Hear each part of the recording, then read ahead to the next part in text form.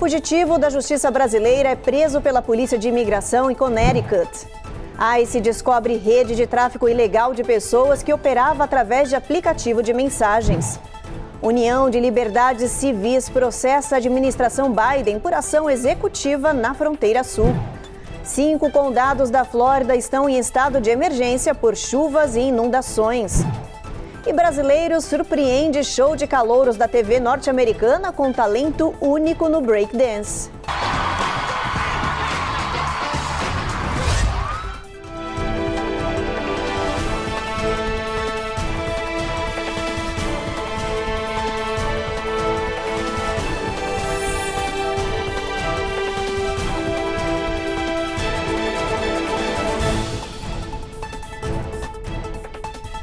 Olá, o Jornal Américas no Ar está começando. Um fugitivo da justiça brasileira foi preso pela polícia de imigração norte-americana em Stamford, Connecticut. Esta é a imagem do momento em que o rapaz de 29 anos, que não teve a identidade revelada, foi detido pela polícia. Ele fugiu para os Estados Unidos depois de ter sido condenado a 20 anos de prisão por um roubo seguido de morte em 2016 no nosso país. O brasileiro entrou nos Estados Unidos em 2018, mas só teve o nome adicionado na lista de procurados da Interpol 7 anos depois, em 2023. O homem foi preso esta semana pelos oficiais de imigração. Ele está sob custódia do Euro. O fugitivo vai ser deportado e entregue às autoridades brasileiras. Ainda falando da Polícia de Imigração, uma investigação liderada pelo ICE resultou na descoberta de uma rede de tráfico ilegal de pessoas na fronteira sul que operava através do aplicativo de mensagens Telegram. A polícia prendeu 2 mulheres que transportavam ilegalmente indocumentados para dentro dos Estados Unidos pela fronteira sul no Arizona. Ao analisarem o celular de uma das mulheres, eles descobriram um grupo de chat no aplicativo Telegram, formado por mais de 1.000 contrabandistas ilegais de pessoas, também chamados de coiotes. Nas mensagens, as mulheres recebiam as coordenadas de GPS, onde deveriam pegar os indocumentados e depois deixá-los. Os policiais também encontraram vídeos, fotos de imigrantes, comprovantes de pagamento e imagens de dinheiro. Todas as informações foram anexadas numa ação judicial e uma investigação foi aberta. O processo segue em andamento de forma sigilosa. A polícia disse que os agentes estão em busca de cada um dos membros do grupo de traficantes de pessoas.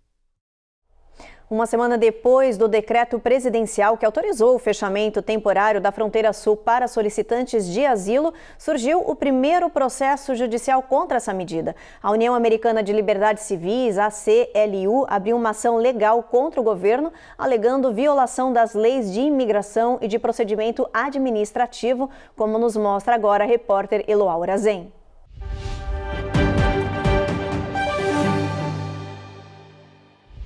A União Americana pelas Liberdades Civis prometeu e cumpriu. Protocolou uma ação contra a Casa Branca.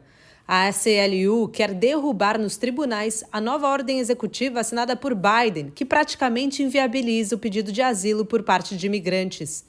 Nos autos, a organização argumenta que as novas regras violam a Lei de Imigração dos Estados Unidos e a Lei de Procedimentos Administrativos, que estabelece as etapas processuais que as agências devem seguir na implementação de certas políticas. O processo contesta também o elevado padrão de triagem imposto pelo governo e a redução do tempo para consulta com advogado.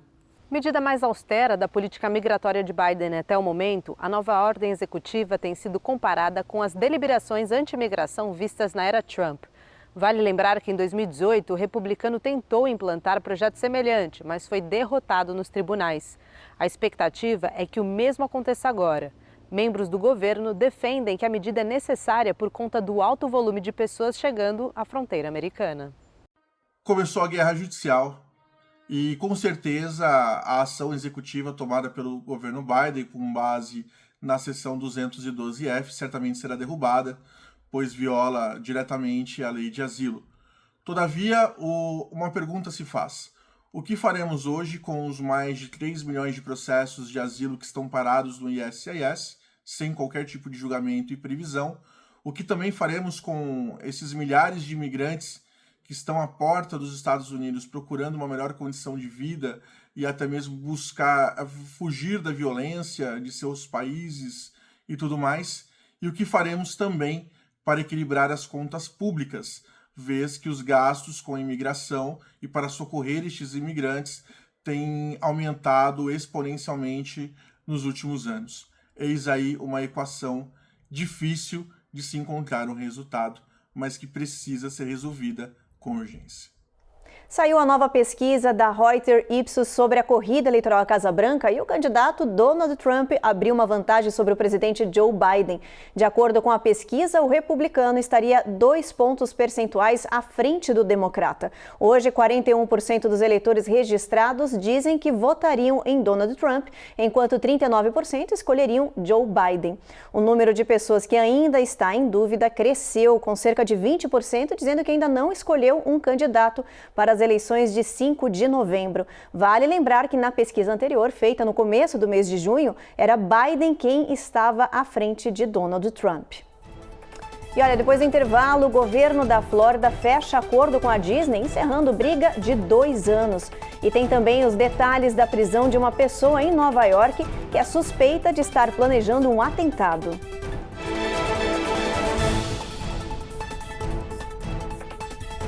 Américas no Ar. Oferecimento Rejup Chip. Melhore agora sua qualidade de vida. Uninter, a melhor faculdade para brasileiros nos Estados Unidos. Acesse uninteraméricas.com e inscreva-se já.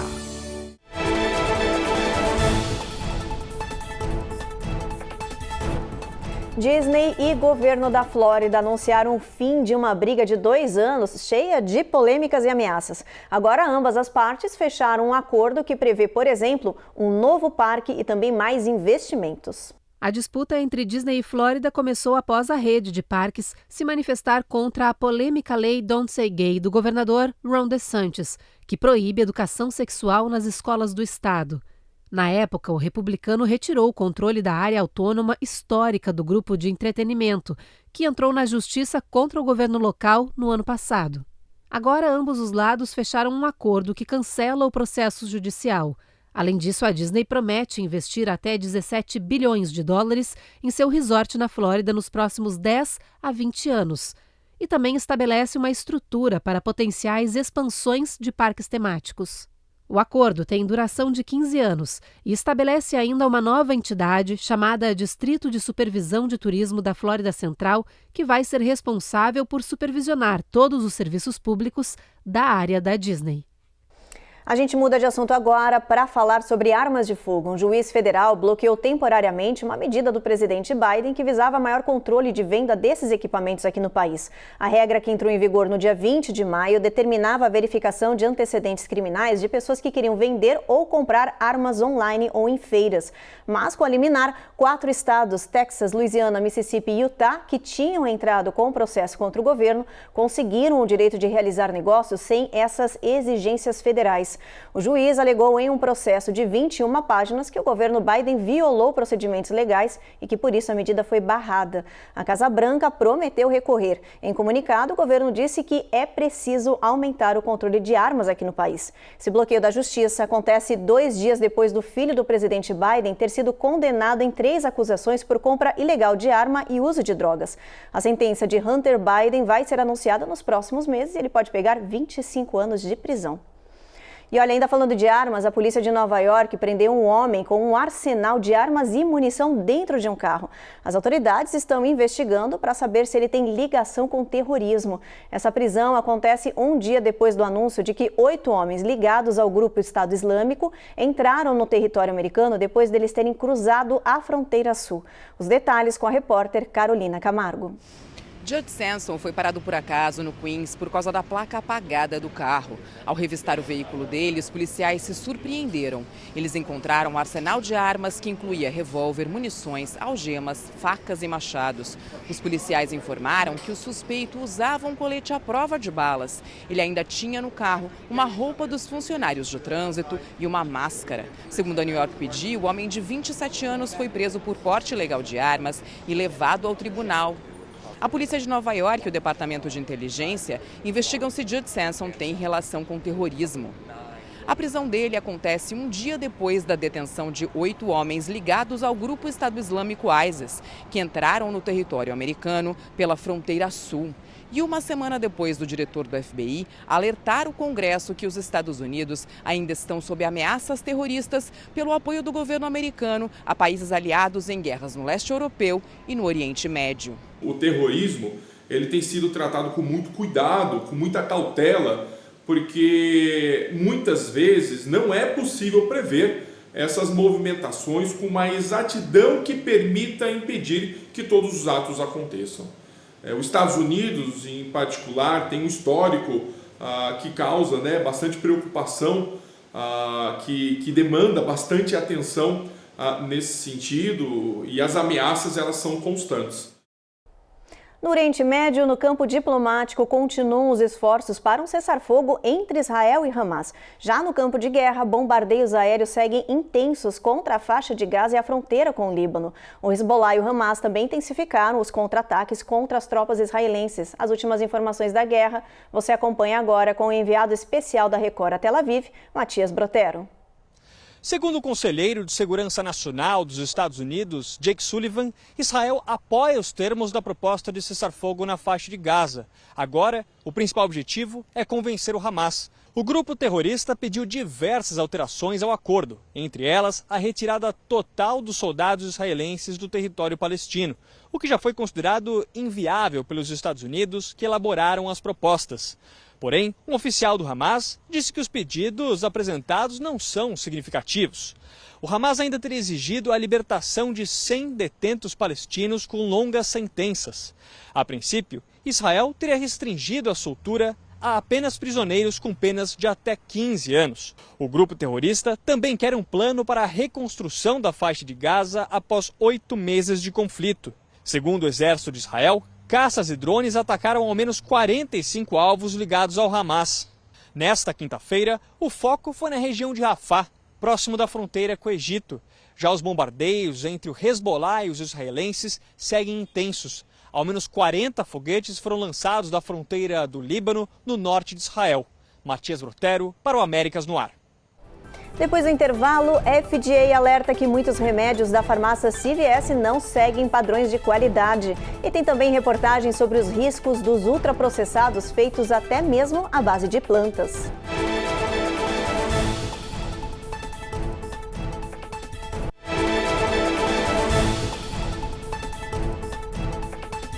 Olha só essa notícia que parece ter saído de um filme de ficção científica. Os Estados Unidos entraram para a história mundial com a realização da primeira cirurgia cerebral pediátrica realizada por um robô. A pequena Carly Fry, de 8 anos, que sofre com um distúrbio neurológico que provoca contrações musculares involuntárias, foi a primeira paciente do mundo a estrear a cirurgia cerebral realizada por um robô. Esse procedimento inédito aconteceu no Hospital Infantil de Oklahoma. O sistema implantou eletrodos, uma espécie de fios pequenos no cérebro da menina, ligados a uma base, que emitem sinais de estimulação neural profunda e inibem os comandos que causam os tremores e movimentos involuntários no corpo. A operação foi considerada um sucesso. O procedimento não curou a doença, mas ofereceu a Carly uma melhor qualidade de vida e domínio sobre parte dos movimentos do corpo. A equipe médica disse que o novo método abre precedentes mundiais para cirurgias de precisão que podem e devem ser realizadas com a ajuda de robôs. E se você tem remédios produzidos pela própria CVS, a maior rede de farmácias aqui dos Estados Unidos, é bom ficar atento. A FDA anunciou que vários medicamentos foram feitos sem padrões de qualidade, com doses erradas, higiene irregular e que podem fazer mal à saúde.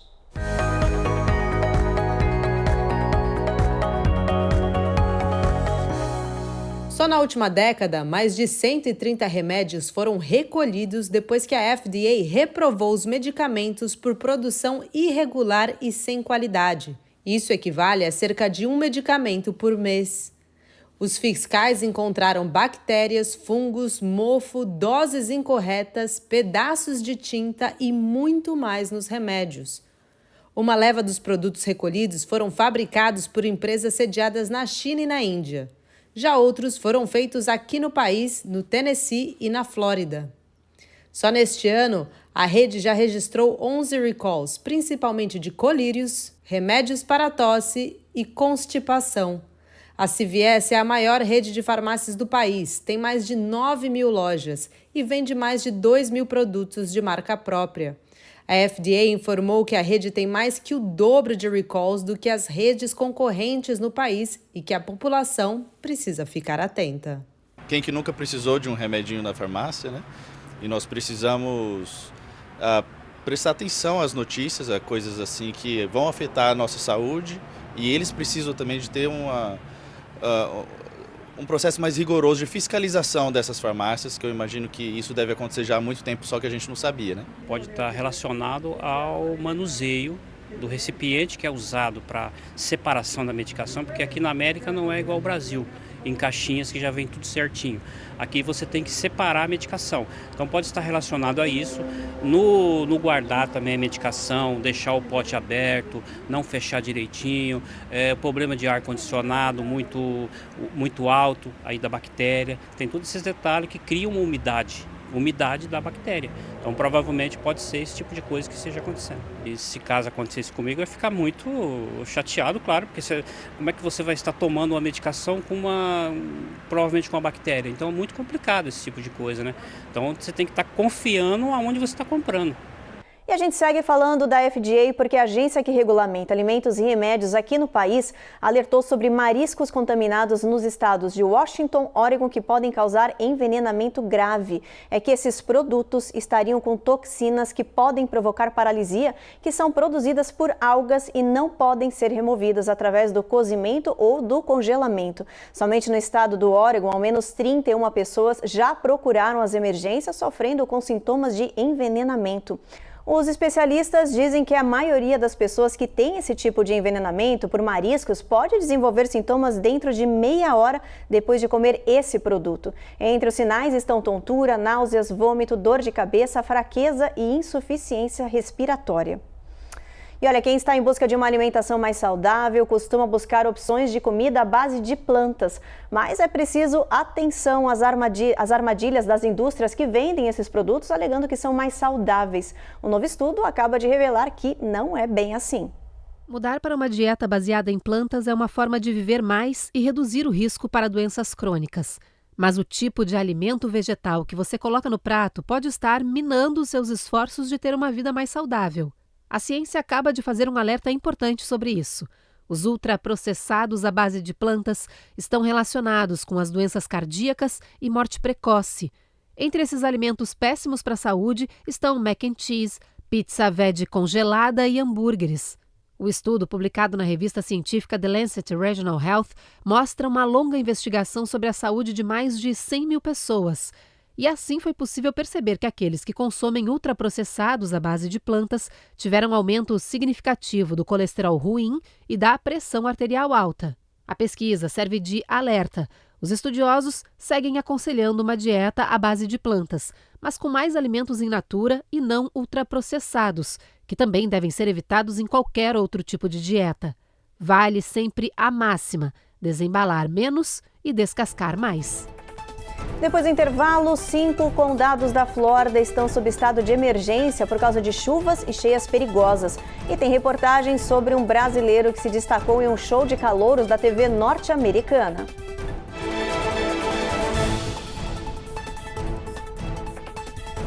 Américas no Ar. Oferecimento Rejab Ship. Melhore agora sua qualidade de vida. Uninter, a melhor faculdade para brasileiros nos Estados Unidos. Acesse uninteraméricas.com e inscreva-se já.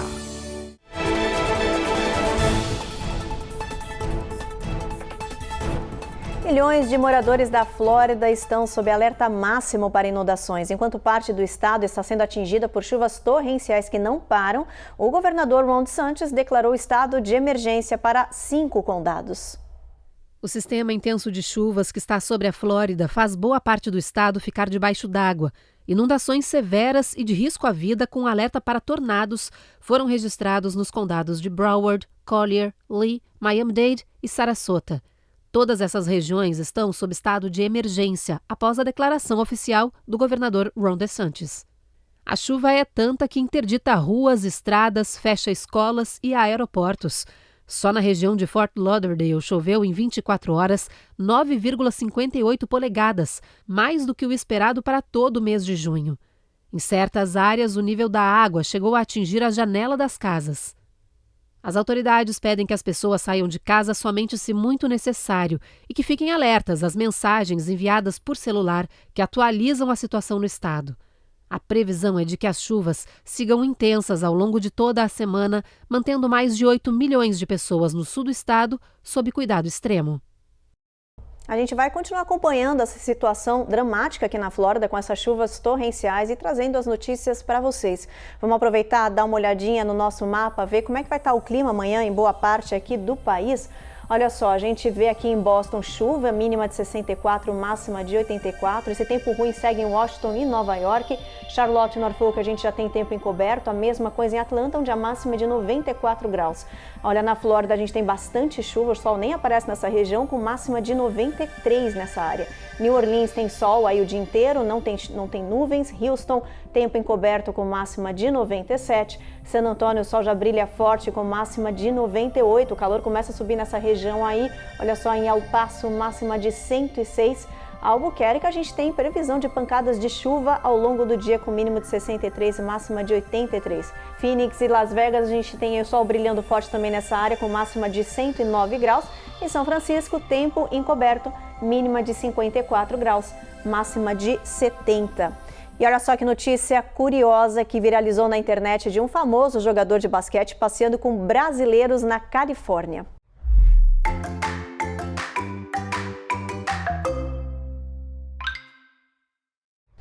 O jogador Jimmy Butler, do time de basquete Miami Heat, postou vários vídeos dele e de brasileiros curtindo uma tarde juntos em Los Angeles. As imagens mostram o astro americano disputando uma partida animada de truco com os influenciadores John Vlog e Boca09. Nas redes sociais, o americano anunciou que estava se divertindo com os brasileiros e que eles jogavam muito bem baralho. Butler ainda passeou de carro com os dois e mostrou um dos rapazes dançando funk no meio da rua. Jimmy Butler é um famoso por ser apaixonado pela cultura brasileira. Ele sempre posta vídeos aí diferentes do nosso país e diz que é metade brasileiro. Ele afirmou que quando se aposentar da NBA quer jogar no time do Flamengo no Rio de Janeiro. E olha, tem mais uma notícia de brasileiro aqui nos Estados Unidos. A gente está falando de um dançarino que surpreendeu a plateia e os jurados do American Got Talent. Samuel Henrique perdeu uma perna quando era adolescente numa batalha contra o câncer. Ele buscou inspiração na dança, mas acabou descobrindo um talento único e inacreditável. A reportagem é da Carla Marinho. Okay. We're rooting for you. Good luck. Com a ajuda de muletas, o brasileiro Samuel Henrique entrou no palco do American's Got Talent para dançar o break dance. Enquanto a plateia aplaudia eufórica, os jurados olhavam desconfiados para o brasileiro que teve uma perna amputada na adolescência. Mas bastou a música começar para Samuca surpreender todo mundo.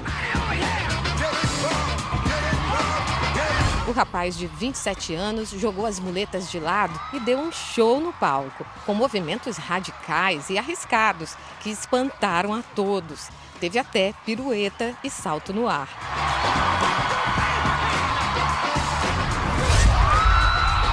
A plateia foi ao delírio com o talento de Samuel Henrique. No final, ele foi aplaudido de pé por todo mundo, incluindo os jurados. Simon chamou de inacreditável. Os jurados concordaram que foi algo inesperado, surpreendente e que isso seria visto no Brasil e no mundo. I tell you what, the whole of Brazil and the whole world is going to watch this. Por fim, Simon disse que somando mais de 100 milhões de telespectadores e os jurados, este seria provavelmente o maior sim que ele já deu a um talento.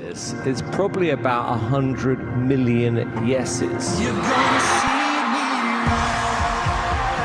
O brasileiro passou para a próxima fase da disputa. Ele disse que o maior sonho dele é ganhar o American Got Talent para poder comprar uma casa para a mãe. A gente agradece a companhia de vocês e o Jornal Américas no Ar termina agora. A gente espera vocês novamente amanhã. Você fica agora então com mais um capítulo de Reis, a Divisão. Boa noite, gente.